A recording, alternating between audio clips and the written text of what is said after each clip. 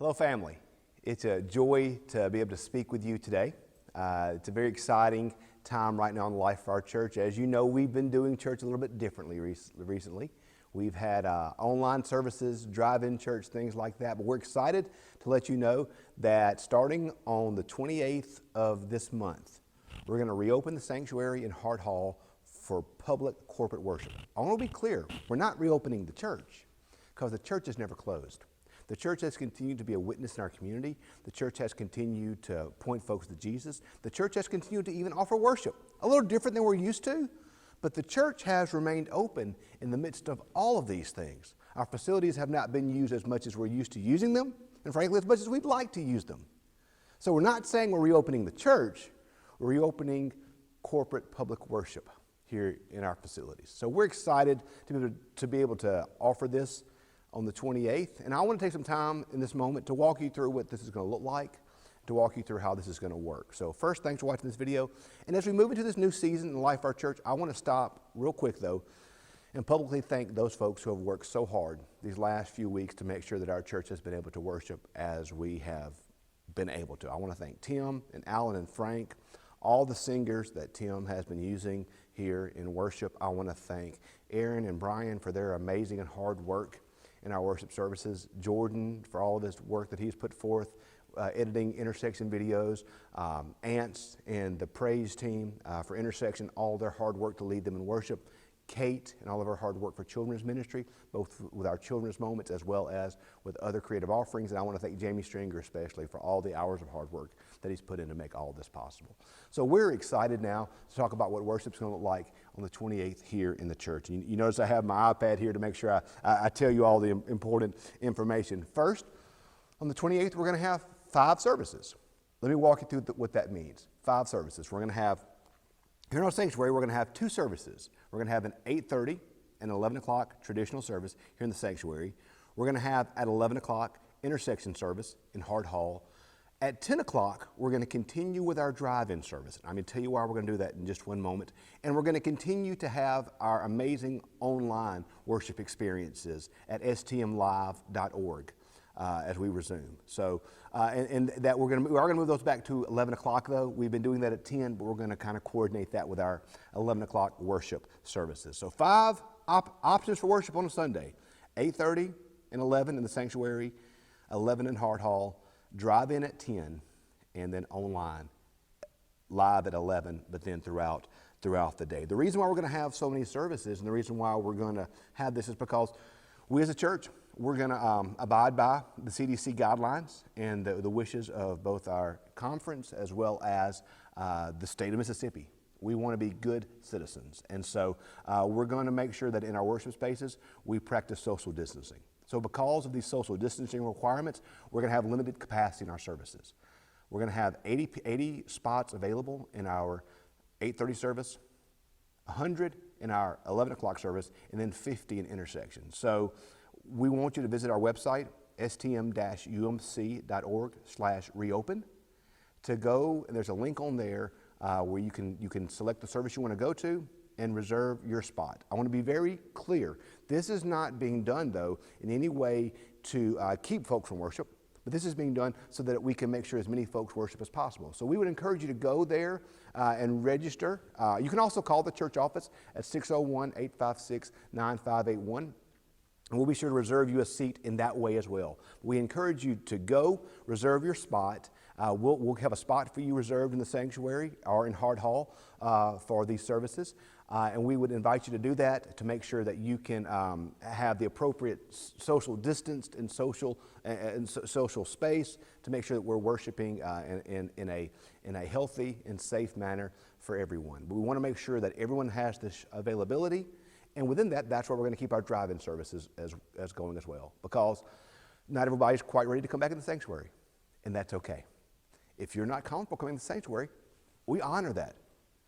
That's why we're going to continue to worship both with amazing and awesome online services as well as with our consistently excellent drive-in service as well. But we want to make space for everyone within our church family to worship in a way that they desire in this moment. So we'd invite you to visit our website, stm-umc.org/reopen, to RSVP for 8:30 or 11 as in our intersection. Like I said, we have 80 spots in 8:30, we have 100 in 11, and then 50 in intersection. And I would encourage you as well, if you worship one week, maybe kind of play it by ear the next week and make sure somebody else has a chance to grab a spot. We want to make sure that all of our church family who feels comfortable has the chance to come and to worship in this time, in this place. We will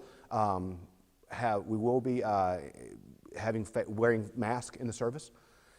Every study I've read, every doctor that I've talked to has shown a linkage between things like singing, loud speaking, and the potential spread of the virus. And so within that, the state of Mississippi, Dr. Dobbs, he has strongly encouraged us to wear masks where we go. In light of that, we're going to be wearing masks. So we would encourage you to bring your mask with you to the service. If you don't have one, we'll be able to provide you one. I know this is a little different, but we want to make sure that we can worship fully. And I don't know about you, I'd much rather trade one of Tim's songs for 1,000,000 of my sermons. So I want to make sure that we get to continue to worship, not just with liturgy and not just with the sermon, but with one of the strengths of our church, and that's our music ministry. And so wearing these masks will enable us to be able to fully worship in a way that's considered safe by medical professionals, and allow us to enjoy the things that make St. Matthew's the church that it is. So I want to walk you real quick through some of the other regulations we're going to have, or other rules, whatever word you want to use. Like I said, in conversation with other churches and key lay leaders within our church family, we're going to abide by these protocols. Doors will be open, and we're going to walk you through in this video just a second how you'll come in. Doors will be open. We're going to have certain doors open for traditional, the Old Canton entrance, for intersection, back by Hart Hall. You will be greeted by an usher or a greeter who will have a hand sanitizer for you, as well as a mask if you do not have one. We would encourage you to RSVP either online or by calling the church office. We do ask you, things are going to look a little different. We're not going to have a passing of the peace. We want to abide by social distancing, so no passing of the peace in worship. We'll not be having an offering plate. Passing the offering plate, we'll have a donation box in the narthex following the service. I'm going to walk you through in a minute how you're going to get your bulletin in your hymnal. Offering plates will not be passed. We won't be having our normal coffee spots, so drink all your coffee before you get here. I know that I am. I plan on drinking a pot of coffee before I leave, maybe stopping by Cups or Starbucks on the way here. So I'm going to be fully caffeinated. I would encourage you to be caffeinated as well, but we won't be having coffee here at the church. We do encourage those that are in a vulnerable population group, age-wise, health-wise, to continue to worship with us online or worship with us through our drive-in church. We want to make sure that everybody has a place where they can worship in a way that they feel that is best for them. So if you are in a group that you don't feel like you should come, that's okay. We would encourage you to continue to worship in these other ways, like drive-in and like our online services. And then anyone with symptoms, fever over 100.4, a fever of 100.4 or over that, shortness of breath, we encourage you to stay home and worship with us online. We want you to participate in the life of our church in that way, in a way that's safe to you and safe to other people. I am so excited about this chance on the 28th to get to see your face again, to get to worship with you and get to be back in this sacred space again. So I can't wait to be together on the 28th. And we're excited for what that's going to be. We're going to walk you through now kind of what you can expect in terms of your entrances and the path moving forward as you come into worship now. So here we are out in front of our church. These front doors here that face Old Canton, these will be our entrance and our exit for our traditional sanctuary services. We ask you to get here early because what we're going to do is you're going to come to church. You're going to find these doors propped up like this, open, so you won't have to touch them. You'll come in and you'll find an usher or a greeter standing here at the door ready to meet you. They will give you some hand sanitizer to make sure your hands are sanitized. They'll give you a mask if you don't have one. And then what they'll do is they'll take you inside the sanctuary where we just were to a seat that's reserved just for you and your family. So they will escort you in there. When you get to your seat, you'll find a hymnal, an order of worship waiting on you there. That way you don't have to worry about picking up one.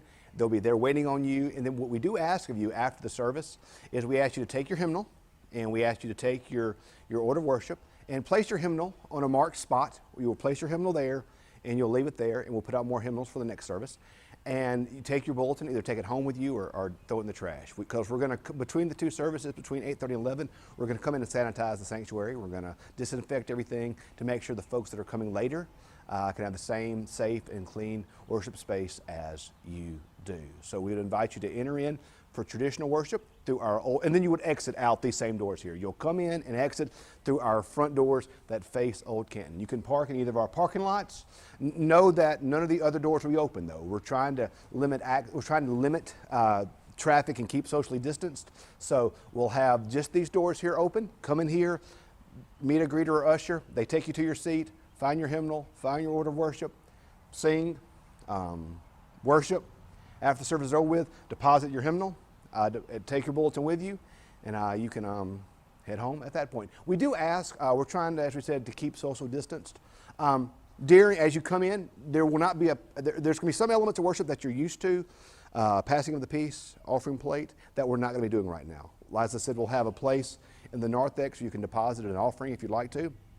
We do ask you, instead of greeting each other, but hugging and shaking of hands, just to wave and speak to each other as you see your friends and neighbors in the sanctuary. Then after the service, we're going to invite you, I kind of think of it like our Monday, Thursday, or Good Friday service, to kind of leave and not gather in the narthex, which is hard for us because we like each other. That's our problem, y'all, is we like each other in this church. So we're going to invite you to leave, and if you're going to visit and fellowship, we ask you to keep social distance, but do it out here, outside, because every study shows us that being outdoors, the virus is much less likely to transfer or spread. So we would invite you to, if you're really to visit with each other, to do it outside in the front lawn or out here in the kind of the front porch area. So we'll do that after the service. We do ask you to kind of leave though and not congregate or visit in the sanctuary or even in the narthex, but wait till we get outside, then we can really have a good time speaking to each other across our social distances.